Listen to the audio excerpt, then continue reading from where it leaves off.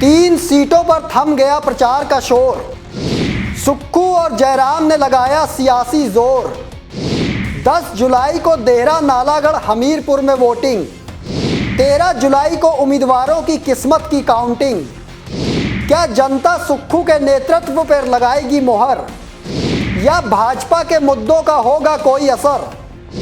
देहरा बनी hot seat, Hamirpur Nalagarh में कौन कितना हिट। नमस्कार दोस्तों, मैं आपके साथ बालकृष्ण और आप देख रहे हैं समाचार first to the point. Himachal विधानसभा में 68 सीटों में से 3 ऐसी सीटें बची हैं जिन्हें पाने और कब्जाने के लिए भाजपा और कांग्रेस ने जोर लगा दिया है। देहरा, नालागढ़ और हमीरपुर में होने वाले उपचुनाव को बस एक दिन का वक्त बचा है।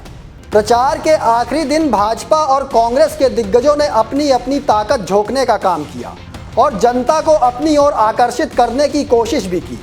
किसी ने रोड शो के जरिए शक्ति प्रदर्शन किया तो कोई जनसभाएं कर अपने बयानों से एक दूसरे पर हमला बोलते दिखा। सबसे खास बात यह है कि इन तीनों ही सीटों में देहरा सबसे हॉट सीट बनकर उभरी है।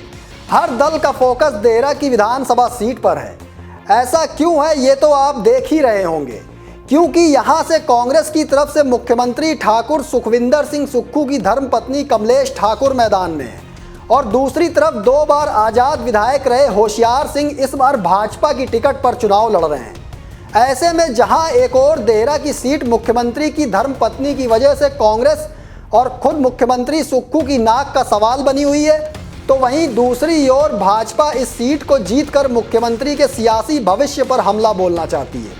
अगर नालागढ़ और हमीरपुर विधानसभा सीटों की बात की जाए तो देहरा के बाद हमीरपुर एक ऐसी सीट है जो मुख्यमंत्री के गृह जिले में आने की वजह से कांग्रेस के लिए ये सीट साख का सवाल बनी हुई है।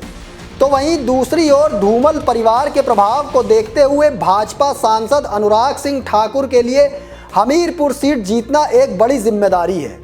उधर नालागढ़ सीट पर भी भाजपा और कांग्रेस की टक्कर देखी जा रही है। ऐसे में प्रचार के आखिरी दिन जहां एक और हॉट सीट देहरा में मुख्यमंत्री सुक्खू और नेता प्रतिपक्ष जयराम ठाकुर डटे रहे, तो वहीं दूसरी ओर हमीरपुर सीट पर भाजपा सांसद अनुराग सिंह ठाकुर ने भाजपा उम्मीदवार आशीष शर्मा के लिए रोड शो किया।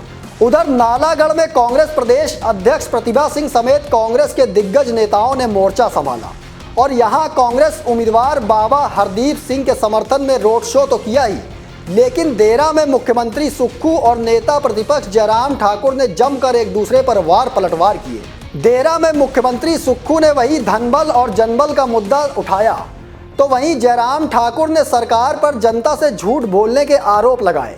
आप खुद सुनिए मुख्यमंत्री सुक्खू और जयराम ठाकुर को। क्या हिमाचल प्रदेश में कोई बीजेपी की सरकार है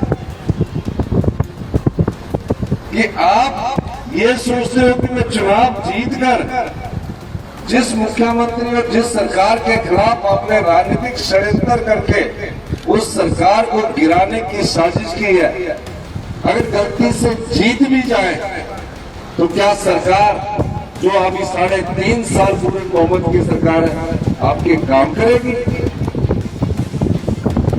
ये झूठ बोल रहे हैं आपके सामने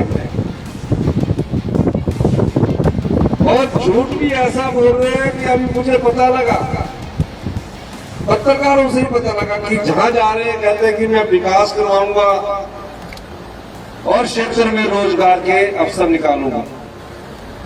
36 विधायक हमारे, सरकार हमारी, मुख्यमंत्री हम, रोजगार में कैसे देंगे, कैसे विकास करवाएंगे? वो तो हमारी सरकार 3.5 साल आपको रोजगार देगी, नौकरियां निकलेंगी, ये कैसे देंगे? फिर झूठ बोल रहे आपके पास आकर और झूठ बोलते बोलते ये भूल जाते हैं कि आप जनता की अदालत में, ये वो जनता है जो दोनों पार्टियों को दरकिनार करके जब किसी के साथ खड़ी हो जाती है तो आजाद भी जाती है। भाइयों बहनों, ये चुनाव अलग तरह का चुनाव है, अलग तरह के हालात का चुनाव, और इस बात में दावे के साथ कह सकता हूं ये चुनाव सिर्फ देहरा का उपचुनाव के नजरिए से मत देखिए आप। ये चुनाव हिमाचल प्रदेश की राजनीति में भूचाल लाएगा। जब भारतीय जनता पार्टी की यहाँ जीत होगी, विचार सिंह जी जीत करके आएंगे तो राजनीति में उथल पुथल होगी। मैं दावे के साथ कह सकता हूं इस बात को। मुझसे पहले सब साथियों ने सारी बातों का जिक्र कर लिया है कि ये चुनाव की नौबत क्यों आई है। कि मैंने पहले तो लोकसभा का चुनाव लड़ा था। आप ही लोग थे जिनसे हमने लोकसभा के लिए वोट मांगा था। आप ही लोग थे जिन्होंने लोकसभा के लिए अपना आशीर्वाद दिया। भारतीय जनता पार्टी को बहुत बड़ी बढ़त इस विधानसभा क्षेत्र से दी। और शायद ये भी हिमाचल के इतिहास में पहली बार हो रहा है कि 1 महीने के कार्यकाल में दूसरा चुनाव यहां पर हो रहा है।